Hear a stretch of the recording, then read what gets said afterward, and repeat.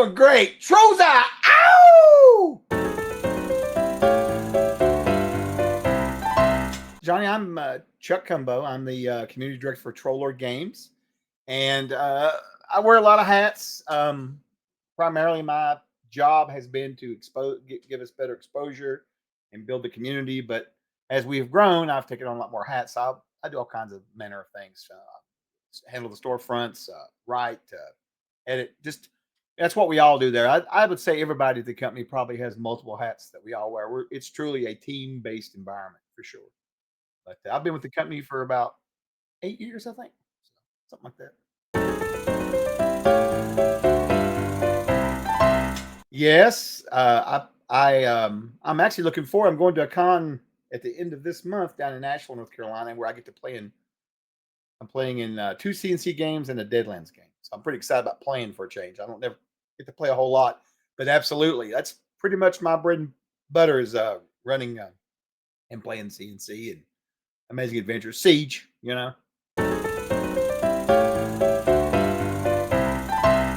the ancient days of lore. No. Um, I like a lot of people. I started back in the 70s. I think I started in 76. Me and my best friend, he was walking down the road, and I remember it was in the fall because it was cold a little bit. I was wearing shorts. I said, "Where are you going?" He goes, "I'm going to play this new game that's out." I said, "What is it?" He goes, "I don't know. Something to do with dice." So I tagged along, and yeah. And then, almost 50 years later, I'm still spending money on the hobby, you know. But I started off we started off in Holmes. We had Holmes Basic, and then of course we transitioned along like everybody else did. We were buying everything that TSR put out. It was like crack for us, It didn't matter. Dawn Patrol. It didn't matter what it was, man. Star Frontiers, Top Secret. We were playing it all. And we started even meshing these games together, which was kind of funny back in the day. I remember when we did our first setting, we were doing Greyhawk, and Forgotten Realms hadn't came out yet, and we used the deities and demigods to make our own setting. Everybody had a pantheon, and then of course we had one area that was Big Rust Brown on the map. It is huge. We took like 6 or 7 poster boards in this guy's garage and put them all up. So we had this big world, and then the end of it was this big rusted area that was like a rust brown, and that was the domain of the Terrasque or the Tarrasque. That's where it lived. So we included it along with all the gods. We were kids, doing whatever. But yeah, so that's pretty much what I did. I just went through the whole paces. Forgotten Realms came out, we switched to it, and then back in right around when third edition came out, we were still playing second and first edition because you kind of play both. Let's admit it. And when 3.5 came out, we had looked at third edition, but thought, well, let's wait and see what this 3.5 is. And then I bought a lot of the Forgotten Realms books because they were just absolutely gorgeous. But we just couldn't. It was just too much crunch at that point in time. I think we were looking to kind of, second edition had added crunch to first edition, right? And then when 3.5 came out, that was super level crunch. That was heading toward Pathfinder, basically, right? Which was no critique. We were happy with a more of a simpler thing. And it was getting tougher too to play. We were all out of high school, going through college. Some of us finishing college, and some of the guys were already started getting married and having kids. That stuff was starting to happen, right? Careers. And so we come to what I call the dark ages. That's what I call it. So shortly after 3.5 came out, we decided to stick with second edition. And then I discovered Trolllord Games D20 stuff. So we started buying some of it and using it in second edition. And then lo and behold, the OGL was released. And in 2004, they actually released the actual CNC game, right? I had bought previous stuff, but that was when we really got hard and heavy into it. And we, right off the get-go, we loved it because it was, well, for various reasons we'll probably talk about in a little bit. It was very malleable and we liked it. I had taken control at a younger age of the group. We had another guy that was basically teaching us how to play Holmes. I don't know if you've ever heard that story or not, but it was an interesting story. He really enjoyed killing characters. And when we transitioned to first edition, he was still running. He had the monster manual, and then that Christmas or right around there, I can't remember, thereafter it came out with the player's handbook in the Dungeon Master's Guide. And I remember that in the Dungeon Master's Guide, he started keeping track of all the deaths, every character, hash mark, And we would get so pissed at him. He would just show us and laugh about it. So then whenever my mom, she got me the books when they came out that Christmas. I didn't tell anybody for like 6 months. I was just reading and playing. And we were getting very frustrated. And I said, well, we could play at my house if you guys want. I said, well, let's play another game too. I said, okay. So I started playing. We started running the game, and then he found out about it. He wanted to play. And it's just funny when you look back at being a kid about stuff. I would never have done half of what I went through to do this, right? I would just be like, listen, dude, out or whatever. But he he joined. We were playing Castle Ravenloft. I don't remember. All I remember is there was up on a big wall of the castle, and there was a white that was fighting him. And I'll tell you what, Johnny, that white ended up having like 10,000 hit points. I was not gonna let him win, man. I was like 12 at the time, finally, or whatever. So I was like, damn it, he's going down, and I killed him, and he got upset a little bit, and he left. He left. You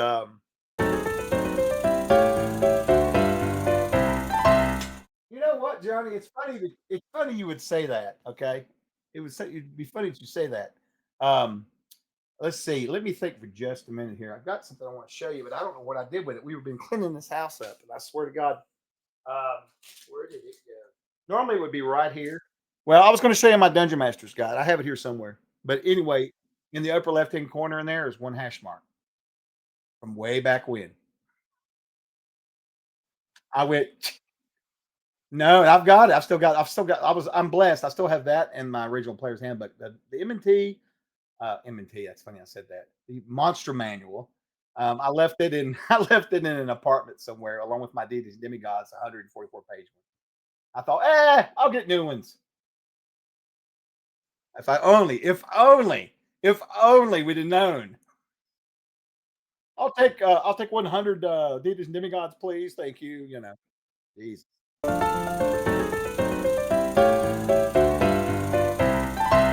Oh, it was 100% like that. We didn't have any we had rule books, but honestly, man, up until when first edition started coming out with stuff actually after the initial books, up until then, we'd always that's the thing a lot of people don't get. And I know I'm not trying to sound like I'm on some soapbox or whatever. I'm not, but it's just interesting growing up now and playing role playing games and having all these choices and guides. This is how you build an adventure. This is how you do the. We didn't have any of that shit, man.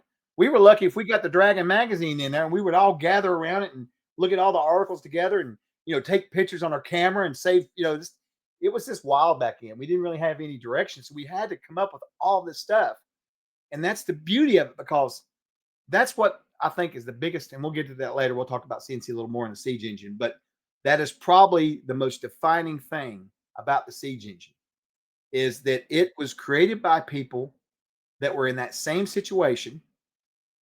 And so it expects you to wrap your head around the ideal that you are actually making the game and the rules.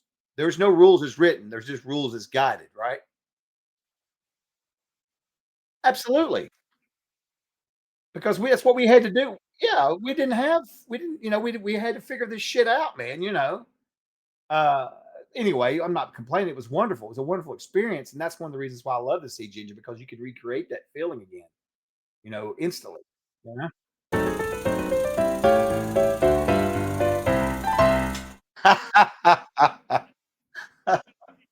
Man, that was some crazy times. So I was so determined to win that fight. I was not going to lose.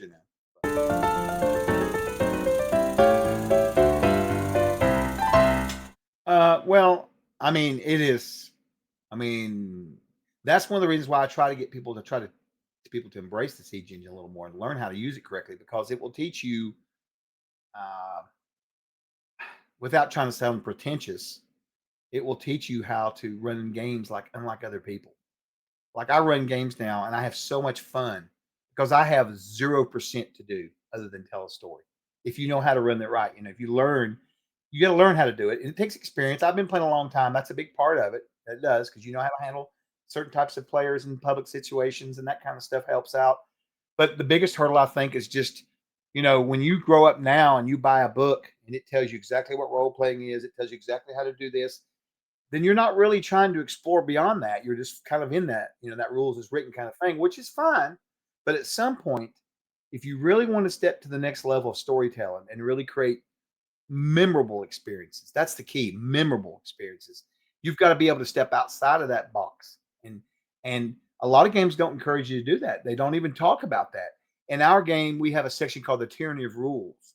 And it will say it in there. It talks about the fact that you cannot let the rules, run the game. That's not what they're for. They're there just to give you ideals, guidelines, and that kind of thing. And growing up, in the 70s and trying to learn this stuff up by the hip, that's exactly how it worked for us. So when CNC first came out, when they first released the first version of the Siege engine, um, immediately it just felt like home to us, and that's why we took to it. And we took a hiatus for a little while from other games. We were playing all manner of games, of course, like most people do. And we took a little hiatus and we played solid CNC for a good few years before we started branching back out. Now there was the dark period I was telling you about or alluding to earlier, and that was where everybody ran off and decided to be adults. And it got to be a little difficult there for a little while to find regular games. Luckily, there were still cons around and stuff, and there was some online. I was still doing some play by mail, play by post mail, up until the '90s, late '90s, actually, for a little while. That finally died off a little bit. So it's got a resurgence now online, which is kind of interesting. I think there's 6 or 7 play by post games floating around our Discord off and on. It's rather interesting how that's kind of come back, right? Anyway, so yeah, I definitely could say that's really helped shape me. And for people who are starting off now, no matter what your age is, if you've never really when we were at Gamehole Con, back in not Gamehole Con, I'm sorry, Page, just recently up in Philly, there was a whole family that came up and said, "Hey, we've never played role playing games before, but your game seemed kind of easy." And so I had George. George took him over to the table. He ran a game with them and taught them how to play. We gave them some prizes and stuff. They had a really great time. And they had never, the father, the mother, the son had never played role playing games before, and then they came back to the booth and got some stuff and they left happy, right? Yeah. And that's the thing. That's the thing about it is even if you're new to these kind of games, that's what's the beauty of this game is because you don't have to unlearn a lot of stuff, right? Yeah, we have, and like you said, the rules light thing is the great thing about it because it's so modular. You can run the game however to fit that group of people. They were brand new players, right? Brand new to role playing games. So you don't want to come with them with like, okay, this is the first 50 rules here. You need to write these down, and you don't want to do that. Oh God, I'm back at school, right? And that's the beauty. Like this system, the Siege Engine system. It has allowed me not to track encumbrance. I don't care nothing for it. I don't track experience. I know my guys get experience. I don't track it though. It's the beauty of it. You can devise all kinds of little ways to do stuff to make your game, to make your time of prep is about telling the story and not trying to figure out, all this stuff. You go with it, man. I don't know. It's really cool. Like I don't track, like I said, I don't track experience. I don't track encumbrance. What else do I not track? And I'm not saying that you shouldn't. It's all everybody's game's different. That's the beauty of it. Maybe somebody wants to track experience and or track encumbrance, and that's fine if you do. I've had games where people wanted me to track encumbrance. Fine, but none of the Siege engine. And I know we're going to talk about tips and a little bit of stuff later, but I just want to point something out to people that may be new to our games. None of this stuff breaks the game. The game is modular. The only thing that it requires is that you bring an imagination to the table. To be honest with you, and the mechanic system is very simple. It gives you a couple of target numbers. One's better than the other, and you move on. That's pretty much it. The rest of it you kind of build around it, right? Yeah, nothing got broke. No one got hurt. It wasn't the game wasn't ruined. And looking back, memories and stuff. We definitely did stuff crazy off the cuff, and stuff now people are like, what? But I mean, we didn't know. We didn't know if it didn't work. Like if no one's ever looked at first and second edition rules, I mean Thaco and the charts and all that, and somehow a bunch of teenagers got through that. You know what I mean? I look back at it now and I scratch my head and go, holy shit, But that's like you pointed out, it nothing bad happened. You know what I mean? And that's very much the point of this is just having fun and not worrying about stuff like it, taking that load off. You made a good point there. I was going to say, I lost my train of thought on it, but it was basically the fact is with the Siege engine. Another thing I was going to say was, you know, uh, that's been something like, and I'm not trying to plug this, but our organized play group that I've been trying to build, I'm still working on trying to get it finished. That's been a terrible time. because it requires volunteers and we're all very busy. But interestingly enough, something about that is when I first started talking to people about it, like, well, you're going to model it after Pathfinders Society. Are you going to model it after, Adventures League? And the problem with all those is that it's not the spirit of our siege engine. The siege engine, and what I mean by that is our rules in the organized play is basically it's your table. Don't be a jackwagon. Give people clear rules about your house rules and run the game the how you want. We don't dictate what season it is. We don't dictate what adventure. We don't dictate what magical items. And that's the whole point. Is because these other games out here, they kind of build this framework of where you have to work within it. The siege engine, you don't. So it would do me no good to try to make that happen in organized play. It would not feel the same. And our whole point was to be able to have people to experience playing the siege engine games in an organized fashion, organized by being let's meet other people. Let's organize games at cons, at shops. That's the organization. Not organizing your game, not organizing your players' characters. No, no, no, no, no, no. That's you and their thing to do. We're here to help bring people together. And it took me a while to kind of realize I never really thought about it until probably a couple of years ago that that's literally what we were going with was emulating the malleability of the siege engine, through that. Anyways, I'm getting on it there.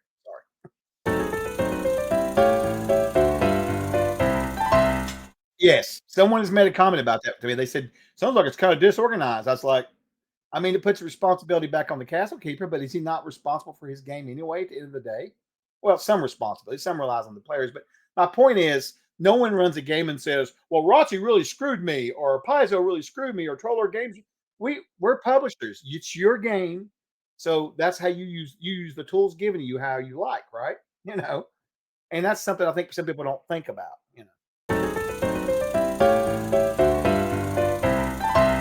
Well, we thought we were going to be ready back in the fall, but then of course, Reforged and Hermit came in the holidays, and that wrecked everything, right? As it always does. I'm not trying to make excuses, but the Endless Worlds program is a work in progress. It's not, it's not paid employees. It's most of it's volunteer work, so it takes a little bit. You got people to get sick, or we get busy. Like I'm the main mover and shaker in it. So if I get busy with something else, then it takes a back seat. So that's been our biggest problem. But we've also tried to redo it. We worked on it last summer and we redid the whole program and we were wanting to relaunch it. We kind of did a halfway launch, but not fully to redo things because what the vision I had originally I learned did not um, wasn't going to work. Right? You have to break eggs to figure it out. I think we've got it figured out now. But it basically what we're trying to build is a place where people can find other people to play. And when they go to places like the CKs, Castle Keepers, Chronicle Keepers, people who run our games, if they go to a shop or a convention or a festival or wherever, even at their home, doesn't matter. Um, they get what they need to help with that. Pre-gens, posters to put up for your recruitment. Maybe we could do some social media posts for them. Whatever we can do to support their efforts out there, right? Because at the end of the day, that's where it's all really happening. You can talk about advertisements and social media and marketing and all that, but at the end of the day, it all starts at the table. It all ends at the table, and that's kind of how I've tried to plan this program.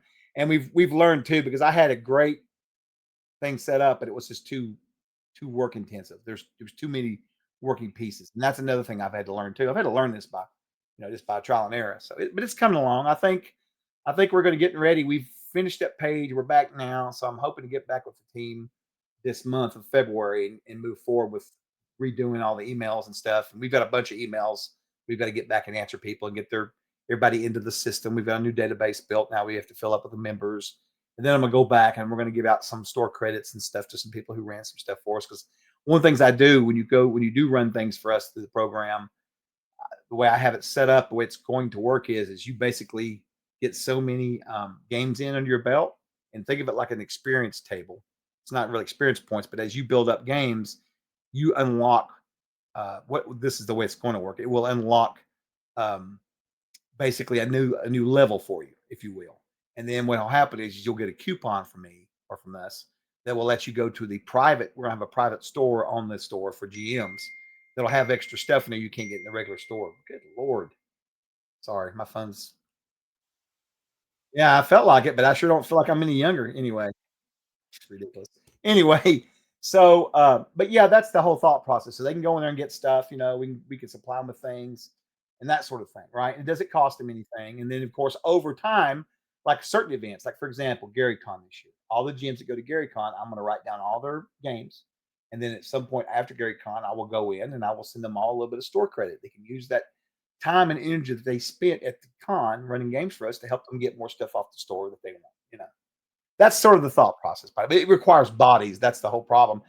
None of this is automated, right? And I learned a hard lesson about that too, because I thought, oh, we'll just set this all up behind the scenes and it'll all work perfect. And that's not how it works, folks. You got to have real people. I'm not, by no means am I feeling bad about it. The program's good. It's just we need to get it going better than it has been. You know, now we're through the holidays. Originally, my thoughts were we would have a separate Discords because we'd have a lot of online games going on. This was during COVID.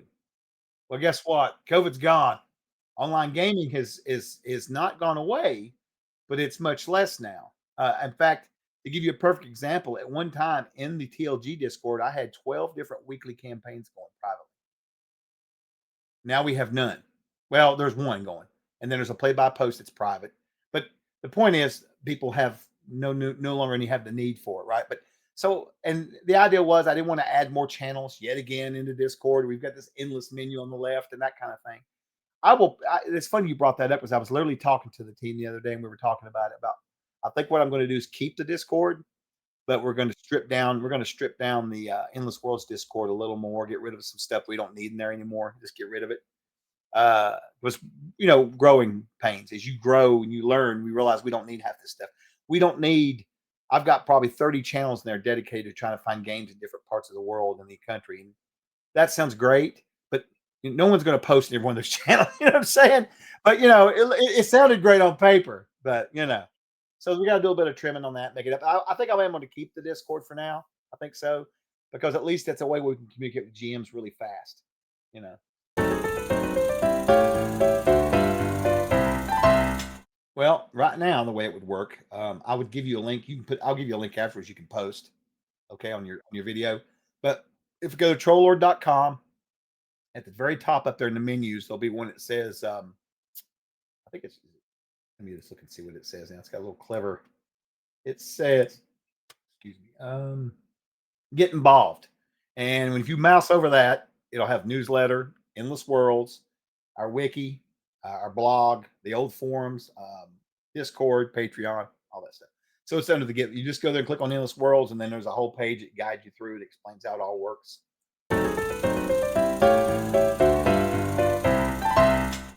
Yes, that's interesting. You would ask that too. I've got a list. Jeremy, who's handling our Patreon, we've all got a list of different things that we've agreed to do for the Patreon over time.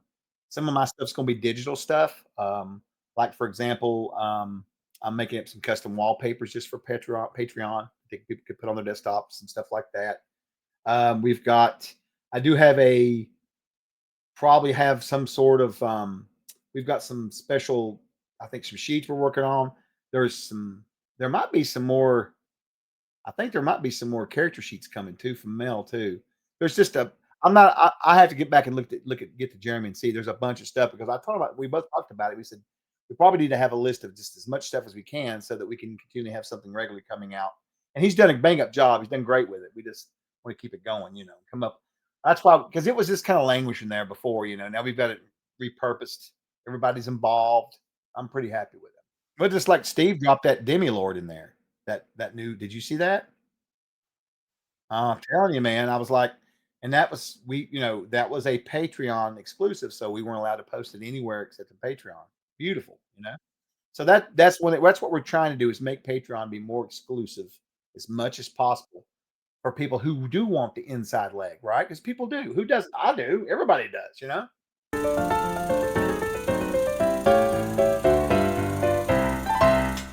Well, that's a good question. So, assuming that they have played before, right? If they've played before, then of course it's going to be a little bit different. I think as far as anytime you decide you want to take up the mantle and be a GM, regardless if it's Castle Crusades or Gamma World or whatever, there's going to be that little trepidation if you've not been used to doing it. Granted, I come across as being very calm about it. But I've been running the games for so damn long that it's not no big deal.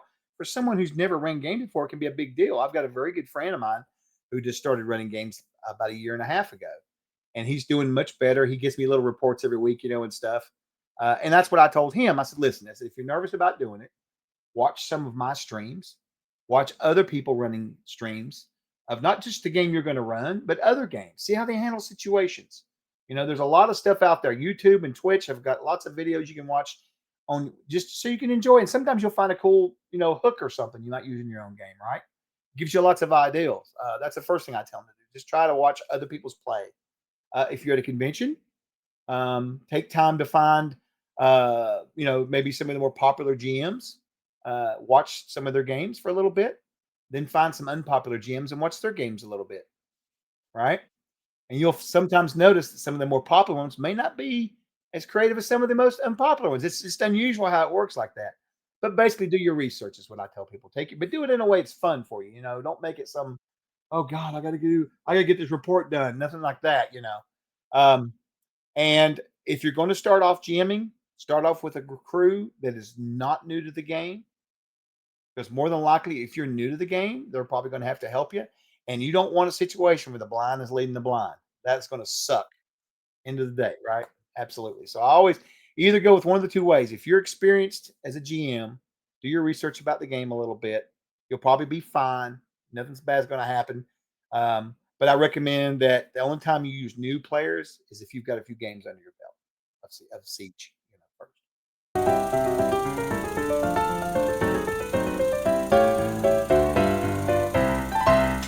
See, the problem is this is going to be out here, and everybody's going to hear what I got to say. Some of the stuff's under NDA. Johnny, come on, no,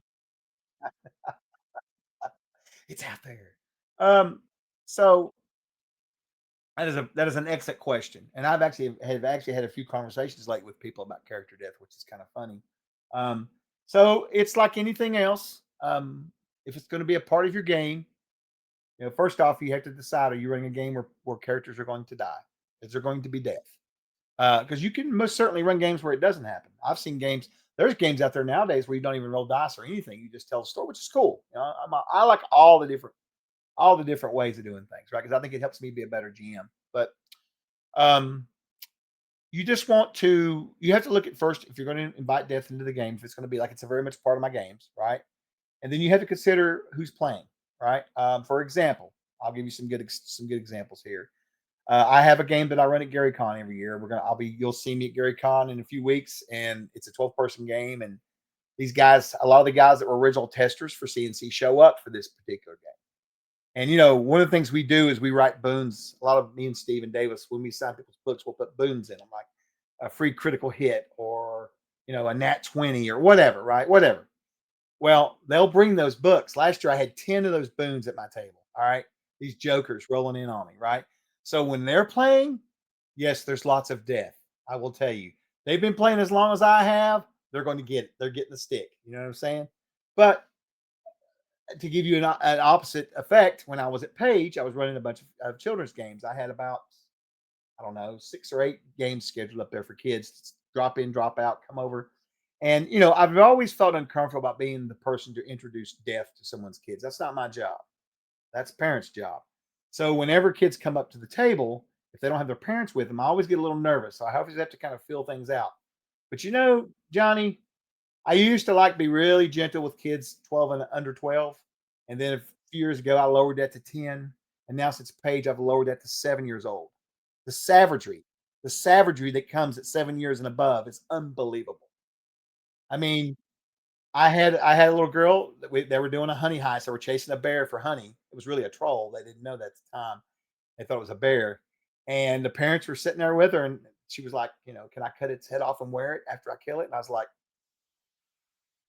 so I look at the parents and they're like, yeah, yeah, yeah, yeah, and I'm like, all right then, sure, I get these crazy stuff like that. These kids nowadays, they're just, Pandora's box is open, man. Pandora's box is open.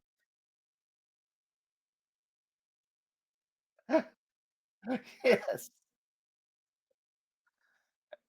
I know, and that's not something that's uncommon. I'm telling you. I mean, at Page, I had a boy that wanted to slap every last NPC and monster, and I was, yeah, I even walk up right off the bat, and that, of course, being a GM, you have to be careful not to derail your game for the other players. So I had to work it all in there. So I just told him, I said, listen, I think that's cool. How about this? You hold off, and at the end of the game, we'll have a massive slapathon with the big bad enemy, the big main boss. And he was thrilled. He couldn't wait. I said, you got to role play the rest of the game though, really hard. Oh, he role played his ass off.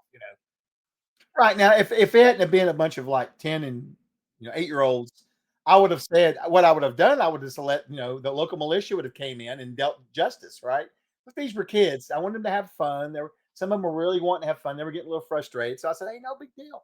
I'll work it. And I did work it out for him. I worked it out for him fine. He got to slap the crap out of the troll before it killed him. So it was great. Because in my book, if no matter your age, if the parents like his dad was over and his dad was just shaking his head on his phone, going, whatever.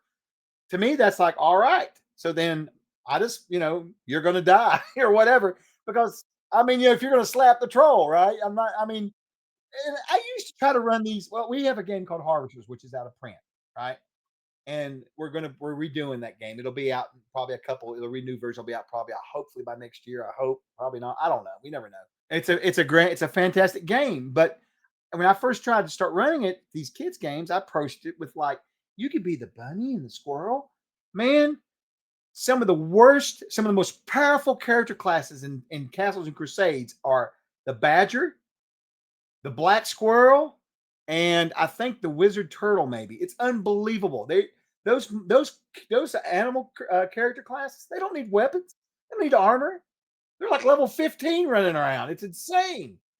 So there was, I was picturing in my mind, we're going to do we're going to have fun, Candyland. No, that's not what happens at all. Especially my granddaughter plays now. She's going on 4. I bought a Candyland game, and I repurposed all the different areas on there as little encounter areas. Right? We've got minis, and she'll go through, and we'll role play and play games. She loves it. Right? She doesn't really know what she's doing a whole lot. I say roll the dice, and she'll roll the dice and whatever. But the point is, she will spend an hour doing that, and the rest of the week she's talking about the adventure with Pappy. She's so happy with that, and it's funny because even with her, she gets a little mean. and I'm and I watch the stuff. She stays at our house quite a bit, and they don't want. I mean, my wife and her are watching stuff that it's not violent at all. I don't know, man. I don't know if it's some sort of like evolutionary step or what's going on. I don't know. But to circle back around to your initial question was, you have to if you have when it comes to death, you have to look at first at A, if you're going to have it in your games or not, and B, who are your players? Are they going to be okay with it? You could talk about it most certainly. I usually have if it's a brand new table of strangers, I will bring stuff up like that. I don't try to go over the top with it. Like I'm not going to hold your hand and all that, but I'll say, listen, and usually typically if I put a description up for a public game, I'll make sure that it's obvious there's going to be some sort of combat going on, some sort of danger. You know what I mean? But honestly, and it's also like I said, like the guys here at the table that I play with that I grew up with, we now play once a month, sometimes twice a month. There's nights when I don't even pay attention at all. Like with them, I've been playing with them for off and on for years. So I don't track hit points or nothing, man. So I'll be rolling die. Oh, you're dead. Oh, I don't even know. And that's the fun. That's like the ultimate for me. If I get into a game where I don't track nothing, man, now shit will happen, but I'm having a blast now. You know what I mean? I'm having a blast. And I've kind of customized my games to be sort of metagame free for me, anyways. Like I know you had the cheat sheet up there. Um, uh, and we can talk about that in a minute. But what I was going to say was one of the things I've done is I've tried to eliminate things in the game for me. Like, for example, when we do declarations, right? I don't want to know who you're attacking. I don't want to know what spell you're casting. We're going to find out anyway, right? So I don't need to know, and it makes it a lot funner for me. I'm telling you, I get so excited when we're on initiative because I don't really know what they're going to do. I know what they're doing. Like, here's my requirements in my games. All right. First off, you have 4 answers for me when I go around the table. Non-combat, which means you can drink a potion, wave at the monster. I don't know, whatever. You're not fighting. And then there's spell, ranged, melee. I learned that from Steven Chenault. That's how he runs his big games. You put everybody in groups and you just go through it. And so for declaration, I go to you, Johnny. That's all I want to hear. I don't want to hear anything besides, non-combat, spell, range, or melee. And then we get to it, and it's so much faster. I have actually been in the past year, I've actually been running some games and not doing even any initiative. I've slowly but surely calling my game down to where it's almost 100% story. Almost. I'm getting there.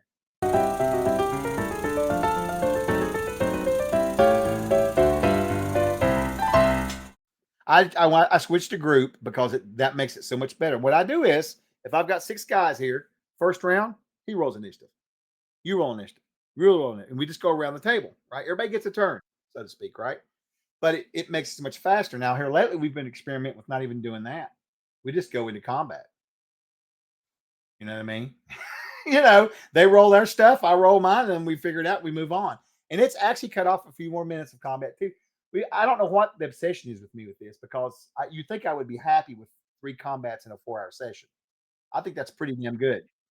You know, I mean, it's some other games out there. Sometimes you spend 2 sessions with a combat, right? So I think I've done a pretty good job of honing that down, but I still look for ways to make it even less, and I don't know why. But whenever my guys are when we get to melee or even any of them actually, I'll tell them, listen, when you roll your attacks, just go ahead and roll your damage with it. You know what I mean? It makes it a little bit faster. And I know that people like to roll their dice. They love to roll their dice, right? And that's probably cutting out a dice roll. But there's other ways you can bring more dice rolling back into the game.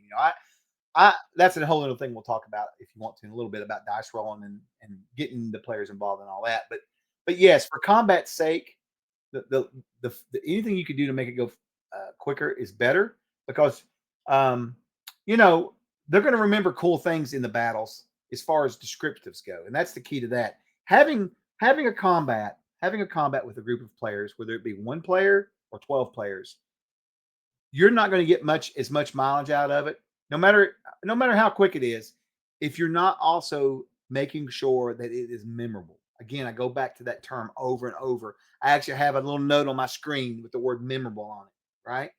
I roll a critical hit on somebody, and I roll a percentile for my critical hits charts.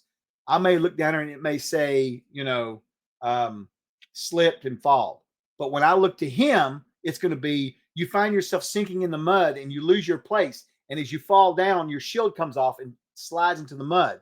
I mean, you got to make this memorable for them so that at least, no matter how, even because that way, if you get a combat that's really fast, they're still talking about one thing, something that happened during it. You always want to have some sort of memory about anything that's going on, whether it be a combat or exploration session. They're trying to figure a puzzle out. You want to make sure that things are short and sweet, but memorable. That's the key, I think, for people. You know.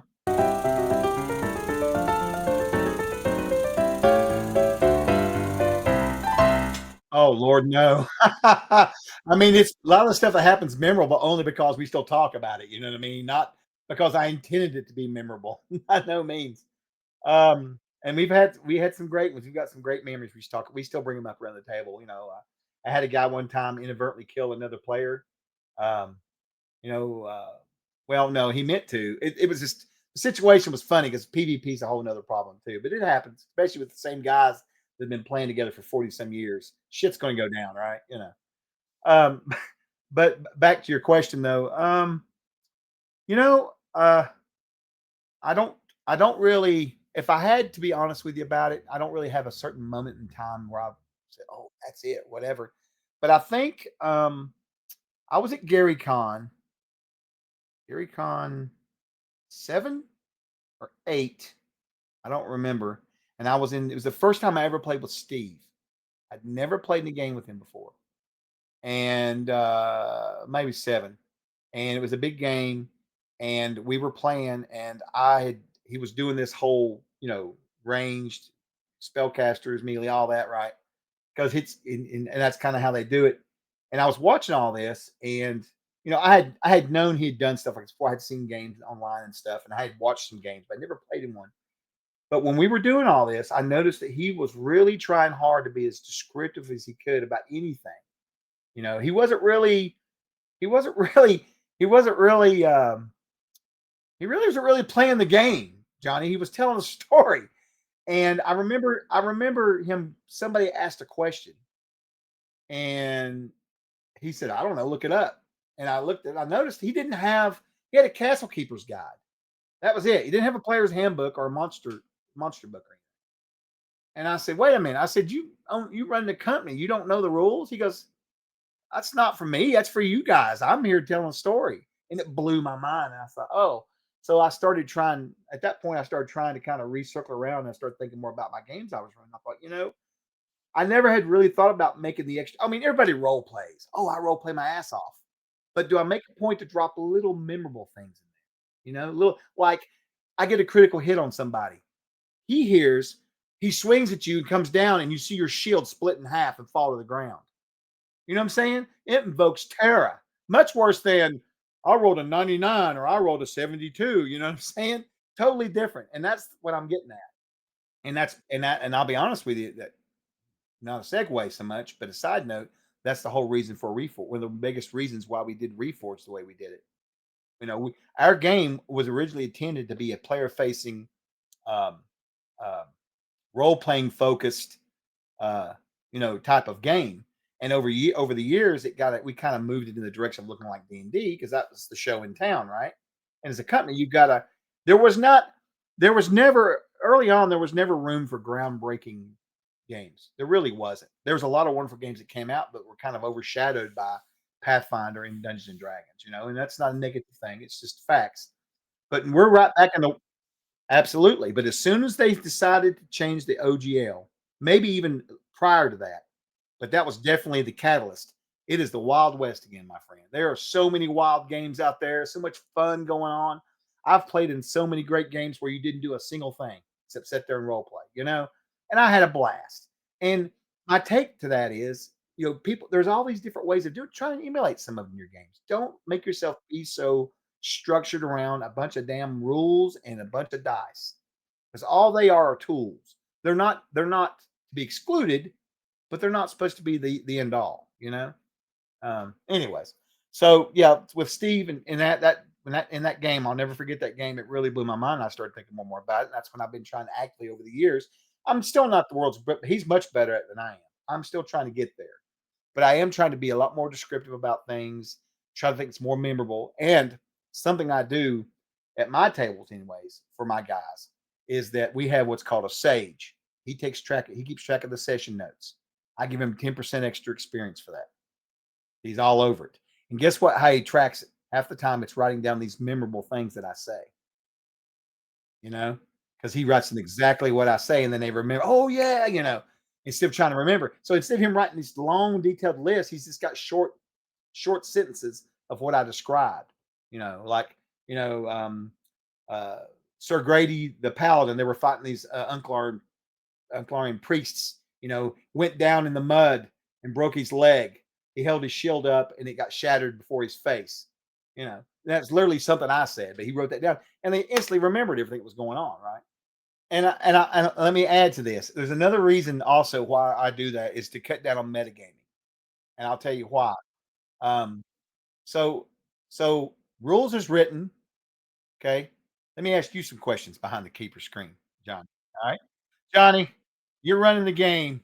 I've got a character, and an ogre. You have an ogre who comes to the club and he smacks me. I've got say 21 hit points. Ogre does 27. All right, right. So you're going to tell me, okay, this ogre hits you. He does 27. You go down. You're unconscious. Or whatever. Right. This is how I do it. Okay. All right. So ogre pulls up. He pulls out his war club. He swings. He catches you in the back. And then I look at another player. You see him go down in a pool of blood. All right, what are you doing? That's all I say. I use descriptives only. They don't know their hit points. They don't know if they're in the negatives. They don't know if they're unconscious. Guess what? Somebody's either going to have to decide to go over there and check on that guy and see what's going on or not. That's that whole part of the metagaming of, oh, he'll be okay. He's just at -4. They don't have no damn clue what's going on, right? I'll even bring in NPCs. Will come over there, and maybe you see one of these other orcs run over with a club, and he comes down and smashes him right in his head. Now, did he hit his head or not? I'm not telling them. Now he may be bleeding out. They don't know, and it's important right, and it's very important sometimes to describe to them what they are seeing, not what not what you want them to see, but what they. because it's important. That's why I'll pick another player. I'll say, "This is what you see, or this is what you do." Everybody's looking at that guy because what? Yeah, what do you know? And he's like, "I don't know shit," but I'm going to tell him, right? But it gives you that sense of, and then of course everybody kind of looking around like, and that can bring a lot of good tension into the game.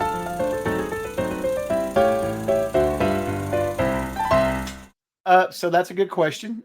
We do some notes where they'll pass notes to me or to each other if they don't want me to know what's going on, that kind of thing. Sometimes I'll take a break and I'll go in the kitchen or whatever, give them 5 minutes to talk because I don't want to hear. Again, I love not being involved in that part of it. I want them to surprise me because I'm there to have fun too. And yeah, granted, I have a good big kick out of telling a story. I have a big kick out of watching my buddies squirm, or maybe I enjoy watching some good whole slaughter death or whatever. But it's so nice to sit down at the table and not know what the hell they're going to do. It's so much fun for me, because then I have to keep on my toes, right? And they do that. They'll push me because they know that I'm not following 100%. So I don't know. I don't know he's about to drop a 15 hit dice fireball or whatever. I don't know. I don't know. So, and that's good for me because I don't want to cheese it up. I don't want to, oh, they just happen to all have fire resistance potions. I'm not, you know what I'm saying? I don't want to do that bullshit. I don't want to do that. So for me, that's really good. I like doing that kind of thing. I try to, we will, if I have a situation where I have a player that I need to tell them something privately, I'll just call them into the living room and I'll say, while I'm gone, you guys need to decide on what you want to do the next round. So we'll be faster at it. And of course, they're pretty good about doing that, and I'll have a private conversation with them. If it's something really simple, they can pass me a note or they'll text me. A lot of them will just text me, you know. Um, and there was some, what was my point to that? Oh, now, and a lot of times this comes in also if you've got a player whose character is incapacitated. They could be asleep, knocked out, held, some sort of thing. And now you've got a guy who's driven to your house or to this convention or this game store, and they're going to sit there for an hour and not do anything, right? So that's where you need to bring in some note passing in front of the other group. Because now the group's going to go, what in the hell are you saying to him? He's down. He's passing notes back and forth, right? You know what I'm saying? That creates attention too, as well, because then they don't know what's going on. Because you know, it's important to keep these guys in the dark as much as possible. But what I typically do with that situation is I'll send them notes. I'll check with them. I'll say, hey, do you need a break? What do you want to do? Anybody at my table, my regular table, if this situation happens, they get a bonus for XP because I expect them, if they're willing to sit there and not be able to take a part of the battle, they should get a bonus. But I'll offer, along with the bonus of XP, I'll let them roll the monster rolls for a little while. Takes a break off of me. So they're still in the game, right? They're still in the game. So it's important you keep everybody involved as much as possible. But you don't want to ruin a story because you don't want someone sitting there for 2 hours or 3 hours. Well, I was going to do that, but he would have been left out of the game. No, no, no. Just let him roll, or he can roll up an extra character, whatever. But you cannot let people just sit there and fuddle around and wait. If you do, they're on their phones or they're going to be bored and they're going to remember that. I promise you that. And something else I do too. I don't know if anybody else does this or not, but if someone's down during a game, they still roll their initiative when it's their turn. I don't take anything away from them as far as the activity goes. Their character just isn't able to attack or whatever, right? But it doesn't mean they can't roll an initiative.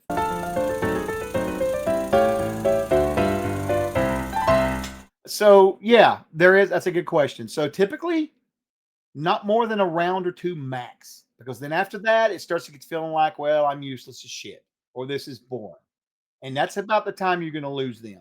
So I like to go at least 2 rounds because I like to have at least one round where it's sunk in and they're all freaking out. They're doing what they're doing because you may not know. They may run out over and help the guy out, or something may happen. Maybe someone will come over and force a healing potion down his throat, or whatever. You don't know. Maybe like the paladin that was here. This has been about a couple of months ago. Um, he was we had traded notes and I said, you are not unconscious. You are aware very well what's going on, but you're very incapable of doing anything as far as speech goes. He said, can I pray to Thing? I thought, well, yeah, sure. He rolled a 0-1. Next thing you know, he was up, full everything, full hit points, full everything, obviously. You know what I mean? So you have to give a little time just to see how that's gonna play out, right? And my guys know that I'm typically not gonna leave them hanging on the lurch, right? So they're always interested to see what I'm going to work into the game to make it worthwhile. If I'm at a store or a convention or a festival or somewhere with strangers, they don't know. So that's even another reason why you don't want to go too far down the path. Because then when you do it, they're, oh, this guy's different, because instead of thinking, oh, I'm gonna go to the fucking snack bar for half an hour, now they realize, oh, I got to stay right here at the table. Something's gonna happen, right? So that's kind of where I play it. Maybe 3 rounds. It really boils down to the situation, and also what time of the night it is. If we've been playing for 5 hours and we're getting ready to call it in a few minutes versus we just got started and your ass got handed to you, and now we got 4 or 5 hours ahead of us, Okay. There's a lot of things to play in there on that, but you got to be aware of that.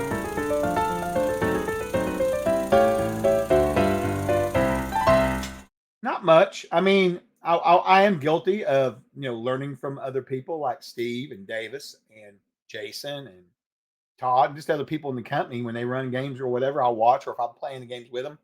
But that would probably be the same no matter where I went. If I was playing at Joni Omaha's table at your house, I would learn stuff from you. So honestly, probably not as much. I mean, honestly, that's not true. I will say this much. Coming to work for the company has made me a bigger proponent of our system as far as letting other people know about it. I love to teach people the Siege engine, but now I do it for a living, which means I'm going to give 110%, 1,000% more. I'm not saying I didn't before, but you see what I'm saying? And I have a much bigger think tank to pull from for knowledge, than I had before. Before it was I could email Trolllord, I can go on their forums, or I can try to. Now I just Steve, or Davis, whatever I can pull from them. So it makes me want to be a better castle keeper. It really does. So I will say it has changed my CK a little bit. I have definitely gotten better at it, but but again, the majority of my skills, I don't want to try and sound pretentious, but my abilities as a GM have really, most of it's just been over time of learning and taking the time to actually sit down and think about changing the way you run your games. I mean, I didn't always run my games like this, but I made decisions along the way to make them better, at least what I thought was better. And we still talk about it. Like, for example, the video you've got running behind us is one of my games on our channel. I think I was using Fantasy Grounds there, right? So at our house, I have a big monitor here. It's got Fantasy Grounds on it. We use it for maps and tokens. That's all. No automation or anything. We roll dice and stuff. It's hybrid, right? But interestingly enough, one of the guys at the table also runs a game once every 6 weeks that I play in every once in a while. I call it Castles and Dungeons. I think I told you a story about that, right? Yeah, yeah, yeah, yeah. Because it was supposedly another game that ended in dragons, but it turns out he was running CNC. He was just calling it something else because some of the players wanted to play. They wanted to play 5e. Anyway, long story short about that is he uses a grid with minis on it on the table and markers, right? And I have the same stuff here, but we don't use it as much. We use Fantasy Grounds. Well, I started another game up with the majority of that group. He wasn't in it, but they wanted to do. We decided to do something different. They're actually running. I'm doing a hybrid mashup of. They were in the world of Aird. They went through a doorway. They were actually going through the Lost Caverns of Tojanth, the old AD&D module, S4, I think. Is it S4? Is it S1, 2? I think. Anyway, they were going through it, and they're in the greater caverns below. There's these big doors you got to go through. It teleports you into this instance where you got to fight a guardian, and you got to do this like 12 times to get to the center. Well, they went through the first door, and they came out in the Darkened Fold, and they went around a corner and came up on a rusted M1 Abrams tank. And now they're in Amazing Adventures running around with regular CNC characters, right? So that group's a little different. I'm doing sort of a mashup. Like the last time we played, they were running through the wasteland with these cars behind them called burners with big flamethrowers on them. They were running from them. Yeah, the wizards out there trying to cast spells, and they've learned that the magic weave here is not as strong, so the spells are not working quite as well as they should, that kind of thing. But my point to this is I told them, I said, hey guys, this new game, let's try something else. Let's do minis like we do at Martin's table. We'll do me. No, no, no, no. We want that. We want that. So it's like everybody has a different. I mean, it's the same guys, but they want to do it differently. Here versus there. So you know.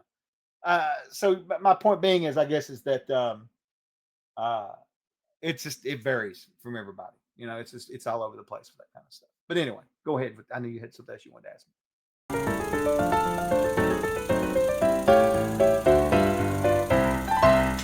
Well, I'm just going to say, if they're having a good time, I'm having a good time. And that's all I want is to have a good time, man. I work my ass off during the week. If we have a game here or if I go to a convention and we have games, yeah, it's work. But who wants to go to work and not have fun? Hello?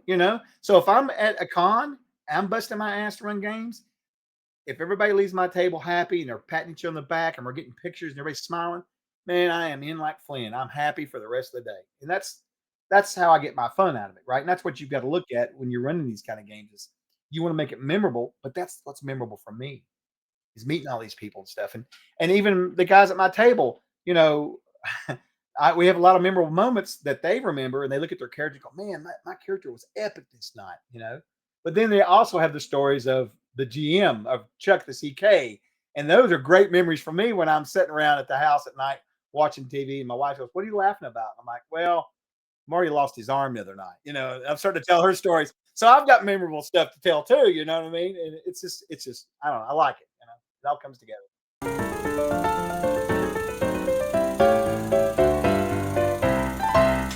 Uh, the first time would be this.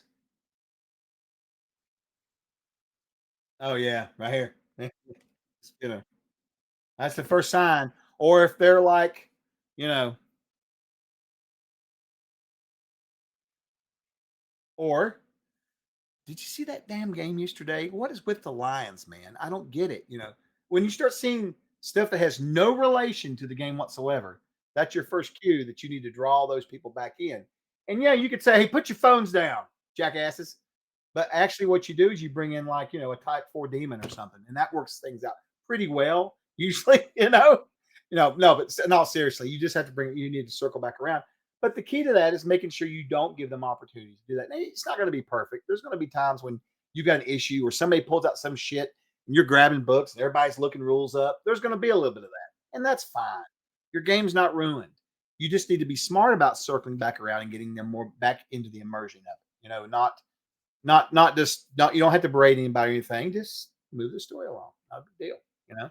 Um, so that's a big one. Let's see what's something else.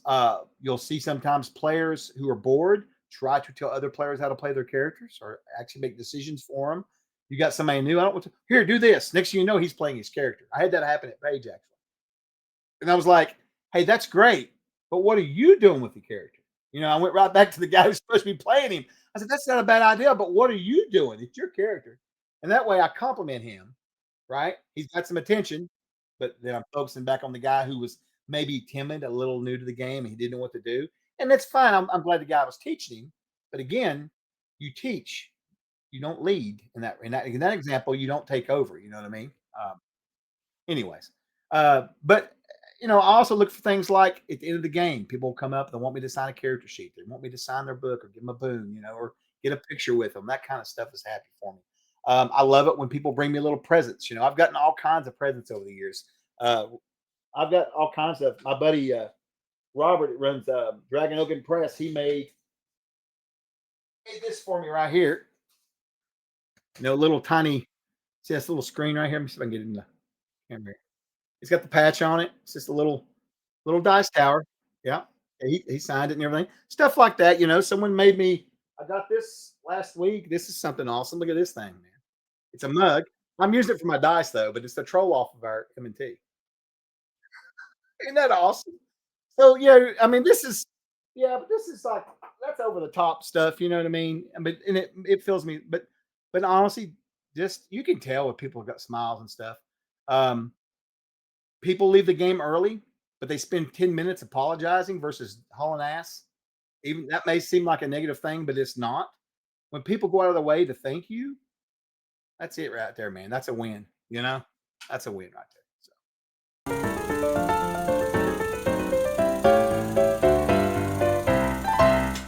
Well, I have a whole card over here. My wife bought me this library card a few years ago, and I have books that's just for at the table, right? They're just my at the table books. But you're gonna, honestly, what I use the most is the Castle Keeper's Guide, right? And about 8 monster books. I've got Fiend Folio. I've got Monsters Treasure of Air, Monsters and Treasures. I've got the new one and the old one. Um, I've got all kinds of stuff over here. I've got Monster Manual too, so lots of stuff. You know, I use probably one of the biggest things I use is I'm gonna mess over here. I got to clean this place up. So one of the things we did for Reforge, we released some sheets that I've been using for years. I cleaned them up for Reforge. They're not exactly the ones I was using here, but I had to make it. Mine were home brewed with my special stuff in it, right? Because I do rule. Everybody does. Everybody, if you don't house rule your game, then you're not playing it right, right? So, but like this is my game sheet right here, as you can see. Yeah, I'll show you that. Yeah. Yeah, and I use them every last one of mine. I track my initiative on there. I track, the player's name, the character's name, their level, what they're wearing. There's just you can do what you want with it. It's just a bunch of blank spots. You do what you want. Like I track some of their primes, not all of them. I track, I've got a place down here for monsters down here. You can track monsters. And like for me, these guys were fighting when we played the other night, they were fighting a death knight.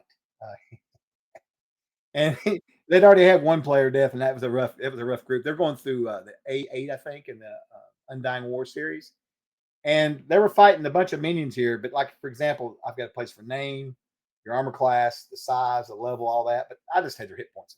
I didn't need to use all that. So it's use as you how you want, right? I tried to leave it easy. But I use these. This is a really big one for me here. And then I think you've got the cheat sheets you showed. That's another thing. All my players have that. I use it too. Um, even though I probably know it by mind, I've still got one nearby for that.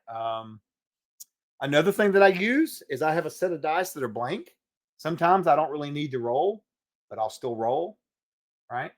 You know, um, that kind of thing. You can get blank dice sometimes, and they're pretty useful. Um, yeah, I recommend that people use things like these. I picked these up a few years ago. I've got all kinds of coins, right?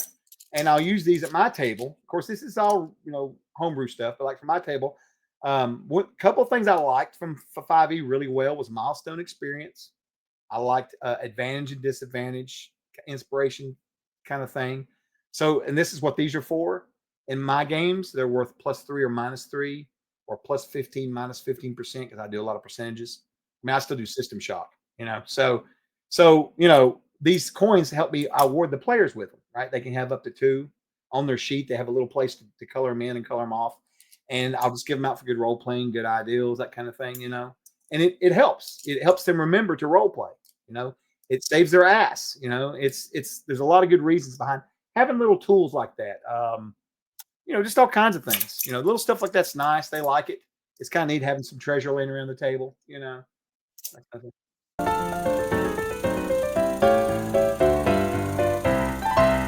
yeah. So join our Discord or other gaming Discords. Join forums. Join communities. Read about other people's games. Learn from other CKs, other GMs, other dungeon masters. Learn from them. I absolutely love it.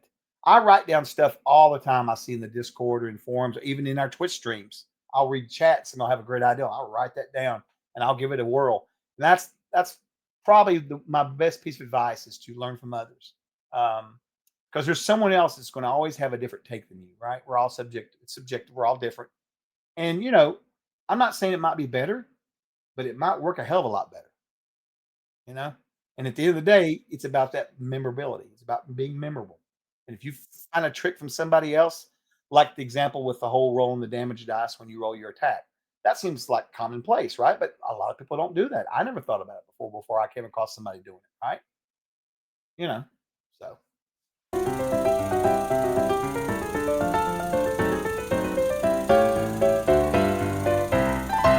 that's not a bad idea. You might want to do something about that. Yeah, they might. Funny enough, we've talked about we're not actively working on it, but it is on the list, and we're slowly putting stuff in the file folder for this Castle Keepers too. And one of the things I want to do is at some point is poll the community and get as many submissions for homebrew rules and take like the top 100 and put them in that book. I would love to have a section of house rules from our community to show people how you can change your games, be it Amazing Adventures, Harvesters, Castles Keepers, Castles Crusades, whatever, Siege. because I think it's just awesome, man. I love reading people's house rules. I think it's great. You know, hell, maybe it'd be kind of cool to come out the whole book. Wouldn't that be cool? Maybe we should do something. One of the things I wanted to do in this world in the store is we have a library too where people can upload like character sheets they've made or classes. I want to have a section for house rules. Everybody can upload their house rules too. I think that would be cool.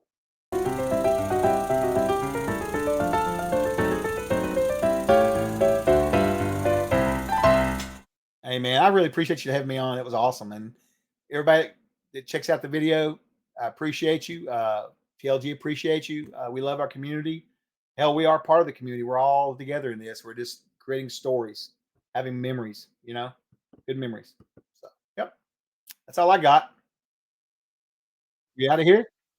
All right. We'll see you guys later. And don't forget, trolls out. Ow!